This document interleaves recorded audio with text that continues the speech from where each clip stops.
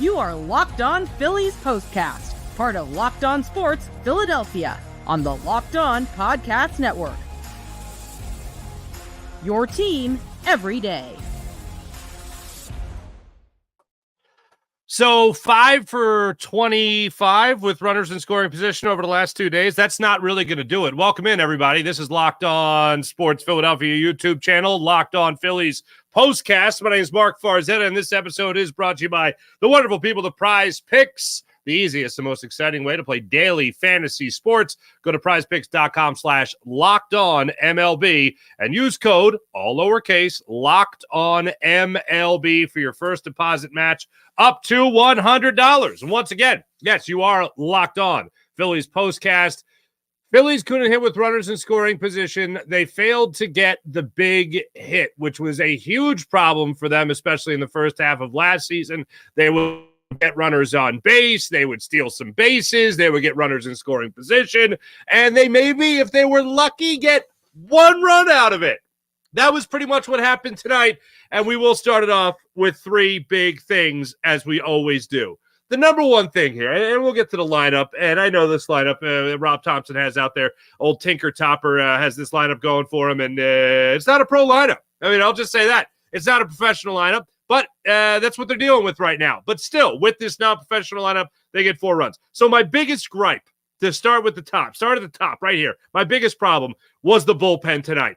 Without question, the bullpen was atrocious. You have Spencer Turnbull go out there in what is likely his last start for the Phillies for the foreseeable future, when you have Taijuan Walker coming back, supposed to make the start on Sunday.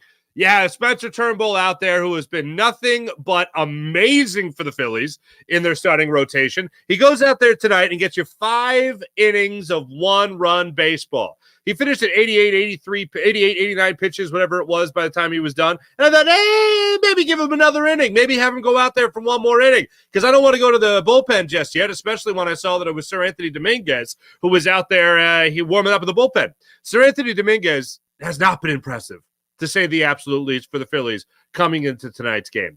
So I was hoping, I was crossing my fingers, maybe Turnbull gets one more inning. It's only 5. Pitch count still at 90. Maybe he at least starts the 6th inning. And also, he's going to the bullpen.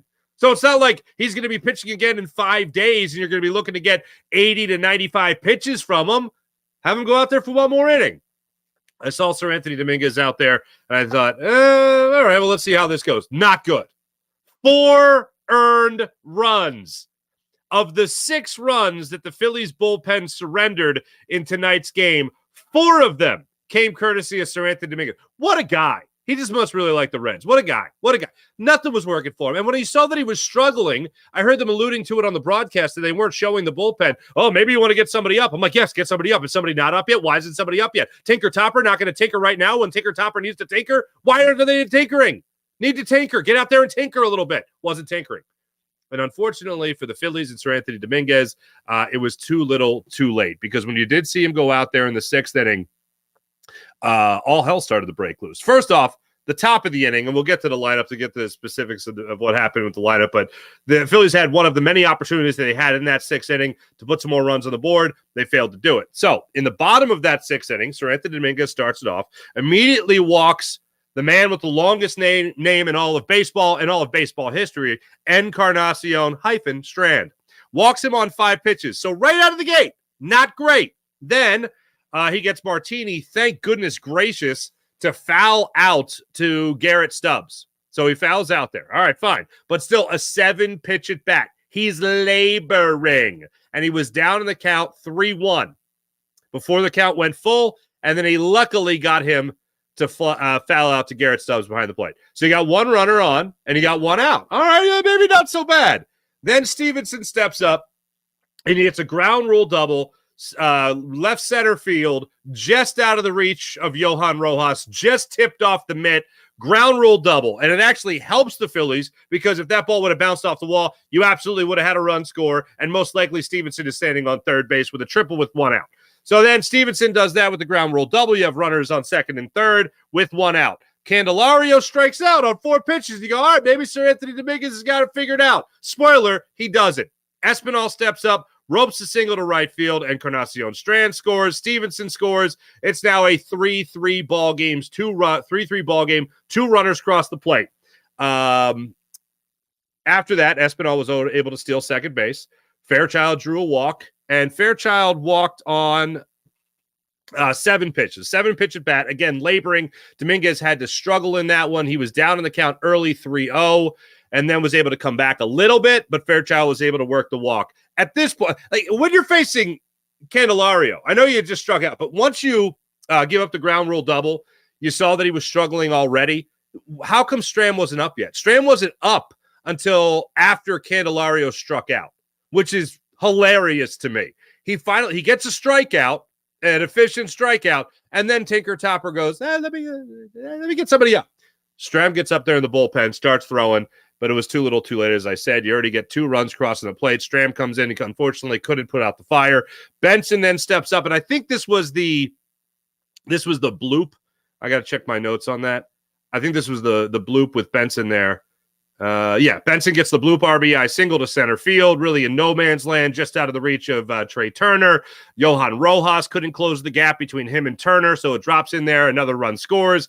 Now it's a 4-3 ball game in favor of the Reds. They take the lead, and then the next man up is De La Cruz, who gets a double down the right field line, a ground rule double down the right field line, and another run scores. It's 5-3 before you can blink at that point. So as much as you'd love to say that Stram would stop the damage, would stop the bleeding, limit the damage, wasn't able to do that either. The runs were charged to SerAnthony Dominguez, rightfully so, but you like to see Stram come in there and just slam the door shut, and he wasn't able to do it. Dominguez is the guy you point the finger at, but then after that, you see Soto getting in a little bit of trouble. Stram obviously allowed those hits, still allowed 2 hits when he came on in relief. Only gave you 1/3 of an inning at that point. And then Alvarado also gave up a run later in the ball game. So the bullpen, after a great outing, again, from Spencer Turnbull, although 5 innings, still gave you 5 quality innings, allowing just that 1 run, and that was the home run to Benson. You give the ball to the bullpen, and they were terrible. Now, let's talk about this lineup here. All right. For today, for the second consecutive day, without Bryce Harper, I guess you wanted, if you're Rob Thompson, you wanted to give some of these guys at the end of the bench some run. This was nothing that is new to us with Rob Thompson. I can remember a game last year before the Phillies started to turn it around, especially turn it around on the road in particular. They were playing a series of all places in Arizona, so they're playing against the Diamondbacks, and he had Jeremy Guthrie in the game. He had Sosa in the game. He had Cody Clemens in the game. Essentially 3 backups in the starting lineup all at once. And Stubbs might have been behind the plate. Don't quote me on that, but I know he had at least 3. And I'm watching all this unfold, and I go, this seems like a lot. Like Topper always says, oh, well, you got to get these guys run. I got to play these guys. I got to keep them sharp. I got to keep them crisp. I got to keep them ready to go. And I'm thinking, well, wasn't that for last night? Wasn't that what you were supposed to do last night with this lineup? And I know Stubbs wasn't in the lineup last night, but he was in the lineup today. I'm thinking, man, I know you got to put Bohm at first base because you have a lot of options. Shouldn't this be more reason when you know you're already shorthanded at one spot because of paternity leave? Not ragging paternity leave. Good for Bryce Harper. But you already know you have one guy down. And you have a backup at third, and you have Bohm at first base. Maybe this isn't the time to be like, everybody get in.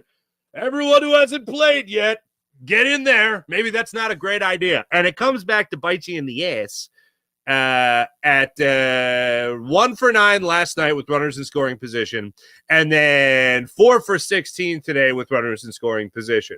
And the instances that I highlight. First inning, Alec Bohm steps to the plate, gets the RBI single. Then it gets thrown out of the base pass. So you know what? Could it have been a bigger inning? Sure, it could have. But Bohm, not going to rag him after he got 4 hits and drove in 2 of the Phillies' 4 runs. But yeah, a little aggressive on the base pass in the first inning. First inning, maybe you can afford to do it a little bit, but I still didn't like it. I didn't like it one bit. Then in the second inning, Sosa gets a 1-out double. So he's standing on second base. You know what happened after that? I'll tell you what happened after that. Nothing. The Phillies got nothing out of that in the second inning. Go into the third inning now. Bohm gets an RBI double. Go figure.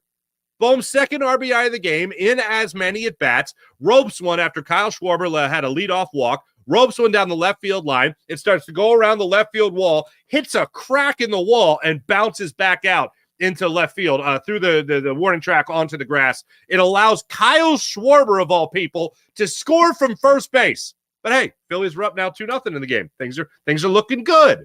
Bohm already has a second RBI. All right, now let's get that big hit. Did the big hit come? The big hit did not come.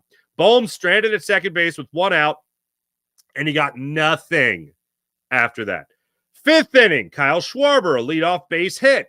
He's standing on first. Turner grounds into a fielder's choice, so there's one out of the inning. Bohm works a walk. Castellanos flies out to center field. Stevenson then, catching for the Cincinnati Reds, has Trey Turner on third base at this point. And he fakes a throw.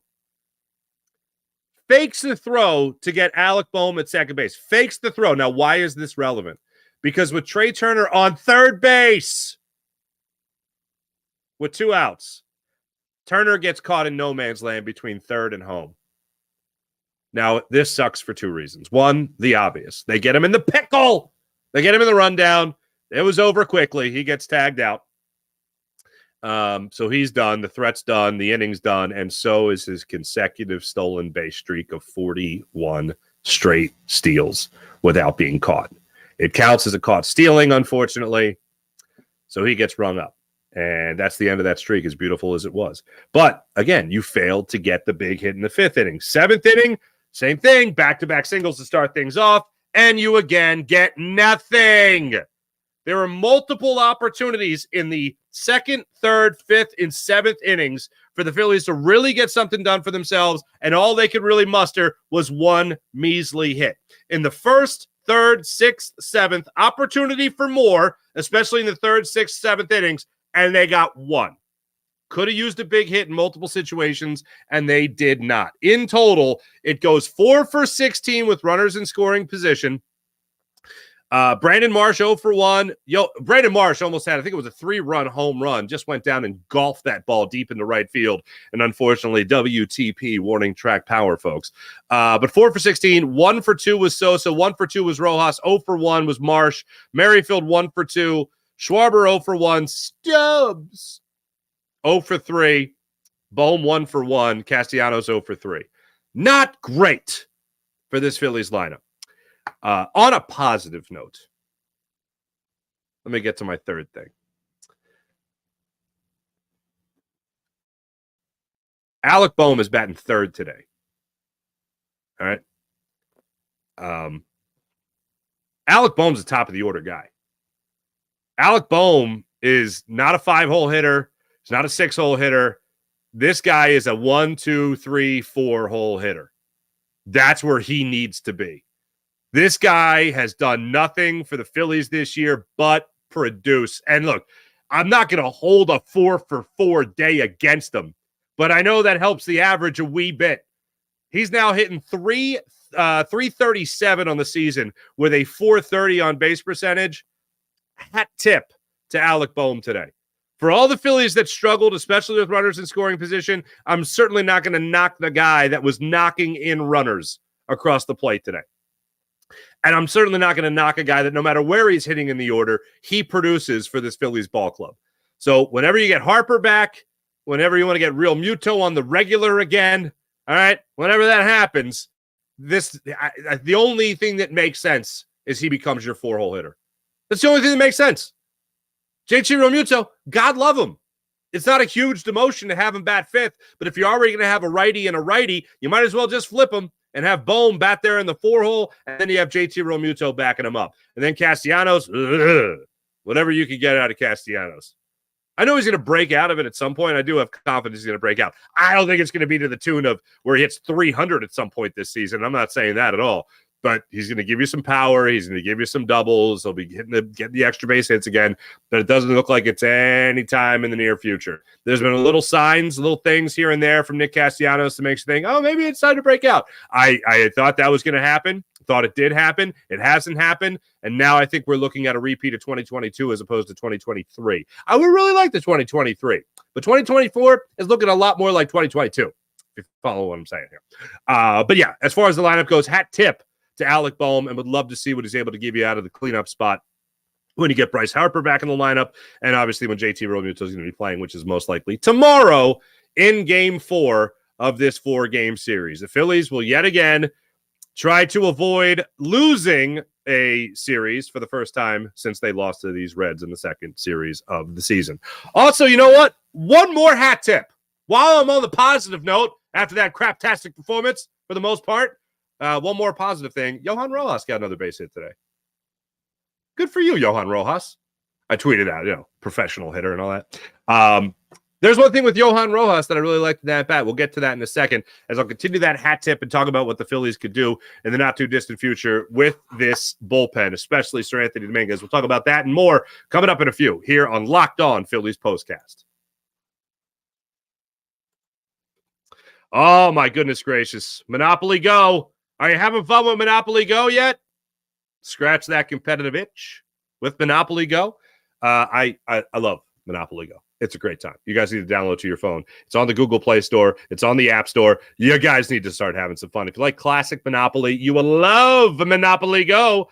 You keep an eye on the scores, putting your heart into it. You can absolutely do that, Monopoly Go. Super pumped to announce I'm finally on top. I've been telling you guys the last couple of times we've talked about it here. Finally on top of the leaderboard in my Monopoly Go circle of friends. You probably heard of it by now. It's been downloaded over 150 million times. So yeah, I think you've heard of it. It's a great mobile twist on the classic Monopoly game, and you can play anytime, anywhere. You explore hundreds of Monopoly boards from Las Vegas to Camelot to the moon, people.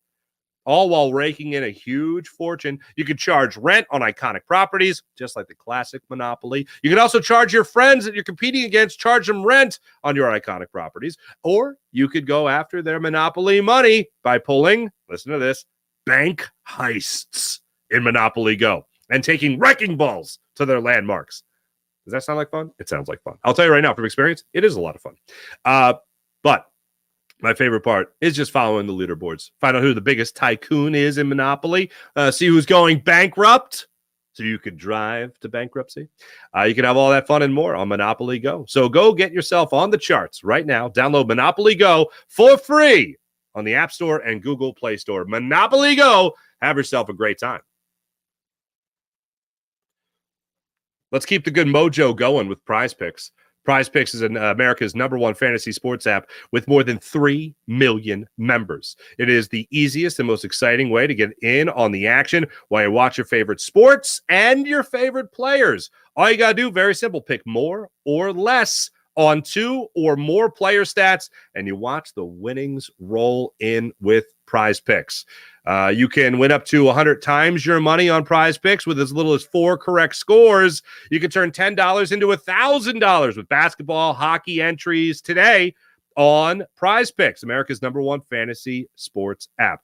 Prize Pick even offers injury insurance so that your entries stay in play even if one of your players gets injured. How fantastic is that? We've all been burned and bitten by the injury bug in our fantasy sports. For basketball games, if you have a player who exits the game in the first half and does not return in the second half, Prize Picks will hook it up for you so you don't have to worry about it. Prize Picks, really simple to play, and I can make picks and submit my entry in less than 60 seconds. Quick withdrawals, easy gameplay, and an enormous selection of players and stat types are what makes Prize Picks the #1 fantasy sports app. So do what I do. Download the app today. Use promo code LOCKEDONMLB. That's LOCKEDONMLB for your first deposit match up to $100. Once again, download the app. You create an account. Use promo code LOCKEDONMLB. You see it on the bottom of the screen right there, and you can have yourself a great time. Great time on Prize Picks. Prize Picks, pick more, pick less. It's just that easy on Prize Picks. I feel like last night I was just flat out gushing about Johan Rojas, okay? Let me start with the positive, and then we'll come in with the bad news, and the bad news has to do with this bullpen. But first and foremost, the #1 thing, Johan Rojas is figuring out how to hit, and he might have already figured out how to hit. He's got the average up now to 266. He has a hit now in 6 consecutive games. It's modest, but it's something, especially when he started out the first 2 weeks of the season looking as lost as he did. but there was one huge thing that made me think Johan Rojas is helping himself out. In that 6th inning, so to set the scene for you, Whitt Merrifield led off with a single to center field. Sosa then stepped up. That was the back-to-back singles. Merrifield stole second. Sosa hits a single. Then you have a runner on first and third with nobody out. After that, they went to Sims out of the bullpen. Pache came up, was up in the count, 3-1, ended up striking out. He ended up swinging at ball 4. Was it Carapazza behind the plate tonight? Randazzo, excuse me. All Italian names. Good stuff. But Tony Randazzo was behind home plate. A little inconsistent strike zone. Ended up getting a strike call on Pache that shouldn't have been, and then Pache ended up swinging at what was ball 4 out of the zone. So you had an opportunity to have a bases loaded situation there with nobody out.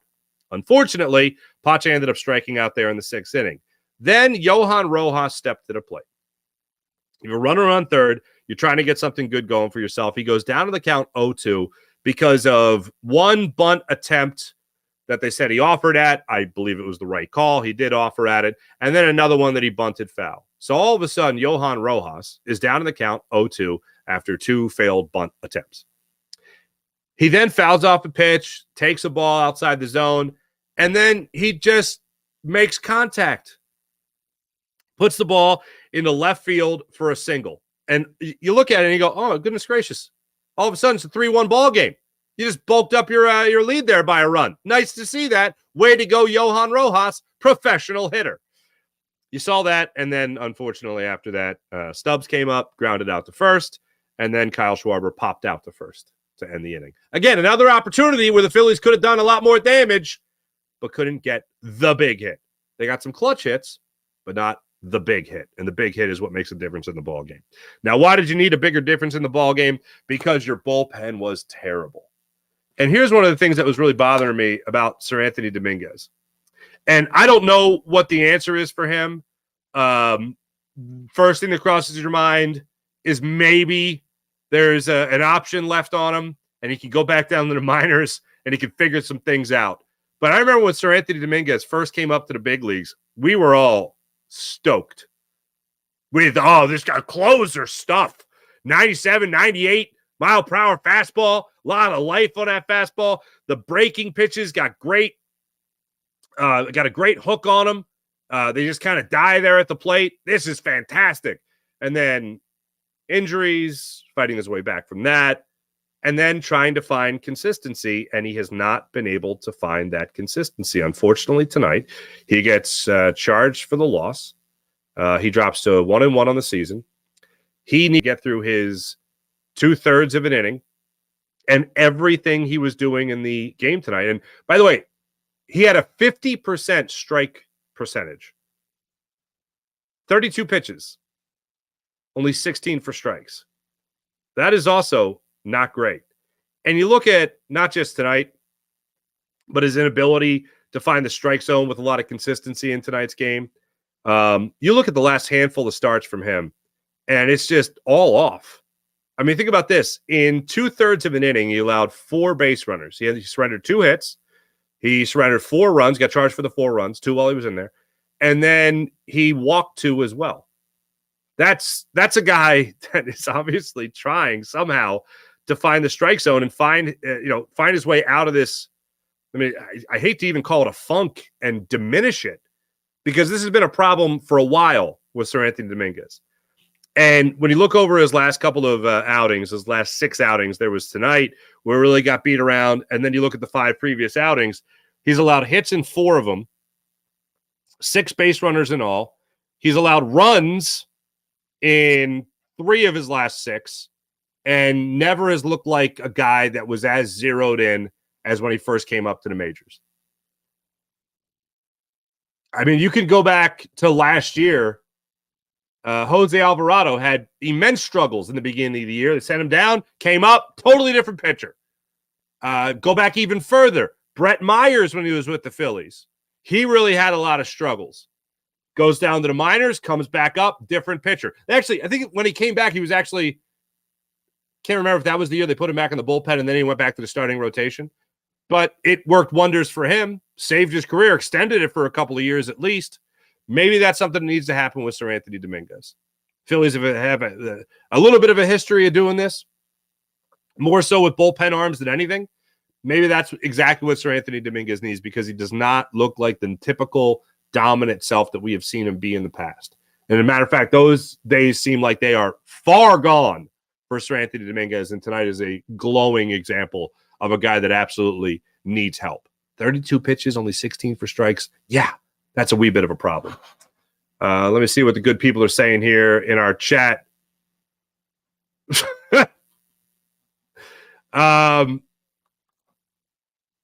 Don't know what we're doing at this point. King, I don't know what we're doing either. I would love to know, but I just certainly hope that the Phillies are certainly not at all. Not at all. Would certainly hope that they're not at all going to lose this series.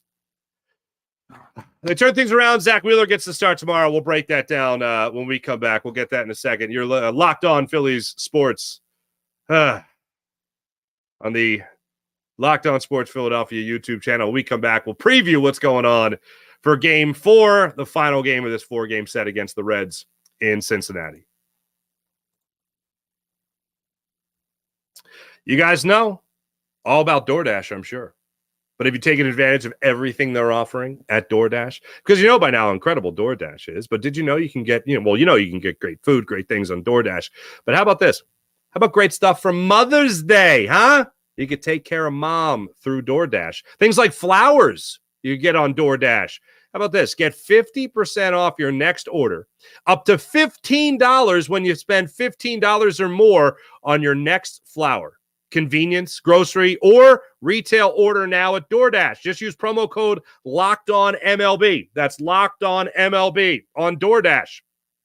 When you use DoorDash tonight, tomorrow, in the near future, it's all right there. Locked On MLB for DoorDash. If you want to make mom smile, hit up DoorDash. Start Mother's Day with flowers or surprise her with gifts from the brands that she loves so much. Delivered the very same day. Last minute people, I'm talking to you in particular. Using DoorDash will help you out. You can shop with savings that would make mom proud. All on DoorDash. With a DoorDash membership, you'll save with a $0 delivery fee and reduced service fees on eligible orders from DoorDash. How about that? That's fantastic. And if you use DoorPass in particular, Dash Pass in particular, you can help yourself out even more with Dash Pass. Dash Pass merchants that meet the minimum subtotal on other fees and all that stuff that applies, you can hook mom up for Mother's Day. With DoorDash, you can get all your Mother's Day gifts in one place and get 50% off your next order, up to $15 when you spend $15 or more on your next flower, convenience, grocery, or retail order now with promo code LOCKEDONMLB. That's LOCKEDONMLB. Order using DoorDash today. Terms apply. Just use promo code LOCKEDONMLB. So where do the Phillies go from here? I would love at least to split at this point. Phillies dropped to 15-9 on the season as April is certainly winding down. But they got a day game tomorrow, 1:10 start time. Busy day in Philly sports tomorrow. Phillies at 1:10. The Sixers at 7:30. I'll be on Phillies postcast 1:10. Then we got the Sixers coverage as well. And then we got the NFL draft, of course, going on Thursday night as well. So all that and more. But tomorrow at 1:10, Zach Wheeler will be on the hill for the Phillies. He'll take on Nick Martinez, right-handed pitcher, who comes into the game here at 0-0 on the season. Just 17 innings pitched so far. But Wheeler coming into this game for the Phillies, looking for his second win of the season. His last start, 7 1/3 scoreless, taking that no into the 8th inning. He did walk 2. He struck out 8. He already has 2 separate 10 strikeout games under his belt so far on the young season here. And he'll be looking for his second win of the season. And he brings to the table his 2.30 ERA, taking on these Cincinnati Red Stockings. He did face them once earlier in the season. That was that second series of the season. It was a 4-1 loss to the Reds. He went 6 innings, allowing 3 runs. Only one of them was earned, and 4 hits surrendered in that game. He did strike out 10 and issue just 1 walk. Phillies will go for the series split with the Reds tomorrow afternoon at 1:10, and we'll be locked on to all that tomorrow after the game. Appreciate you guys joining the show today. Make sure you guys hit like, subscribe, all that fun stuff on the Locked On Sports Philadelphia YouTube channel. And make sure you guys also are keeping it right here for all the instant reaction on Phillies postcasts as well as Sixers postcasts during the seasons. Appreciate you. My name is Mark Farzetta. And once again, hit like and subscribe on the Locked On Sports Philadelphia YouTube channel. Thanks, everybody. Catch you guys tomorrow. A little bit of a double dip between the Phils and the 76ers. See you guys then.